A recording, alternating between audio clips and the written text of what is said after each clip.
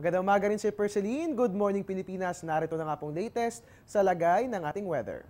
Dalawang weather systems ang nakakaapekto sa bansa. Una nga po, itong northeast monsoon, dito po yan sa Ilagang Luzon. At pangalawa, ang trough ng low pressure area, dyan po yan sa southern Mindanao. Unahin po natin ang northeast monsoon.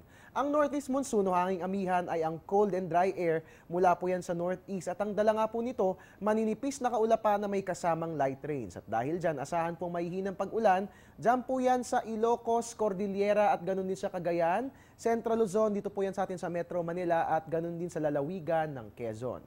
Ang trough naman po ng LPA ay extension po ng mga kaulapan ng low pressure area na nasa labas ng ating bansa. Asahan po natin ng light to moderate rain showers and thunderstorms. Diyan po yan sa Davao Region, sa Soc-Sargen at ganun din sa Zamboanga Peninsula. Pero kahit may LPA sa labas ng bansa, wala namang dapat alalahanin dahil ayon kay Pag-asa Weather Forecaster Jory Lois, inaasahan nating hindi naman ito magiging bagyo at hindi rin ito papasok sa ating bansa. Good news po yan, no? At ang good news pa nga lalo, no? Dahil lang natitirang bahagi po ng ating bansa, pwede mag-enjoy sa Christmas shopping dahil fair weather naman ang ating mararanasan. At yan nga po nga asahang lagay ng ating weather ngayong araw ng Huwebes. Magbabalik po ang ating ulat panahon makalipas ang isang paalala. Teng, ang package. Ma'am, sabi ng Air 21 on the road na. Ano, Teng? Ang package. Ma'am, sabi ng Air 21 na receive na. Okay, very good. Basta padala, sagot ka ng Air 21. May real-time delivery updates via text para worry-free ka. Teng, ang package, napadala mo na? Yes, ma'am, sa Air 21. Sa Air 21, sagot ko, padala mo! Sa ibang balita, niyanig ng magnitude 4.5 na lindol ang Pangasinan kagabi.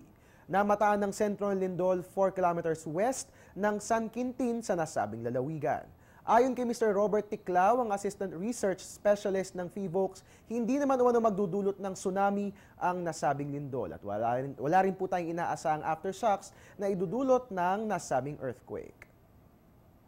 At yan po muna ang latest mula rito sa Pag-asa DOST. Mga kabayan, para mag-i-updated tayo palagi sa lagay ng ating weather, please follow us on Twitter at Panahon TV and of course ang ating Facebook page. Pwedeng i-like, panahon.tv at ang ating website. Welcome po tayong lahat. It's www.panahon.tv.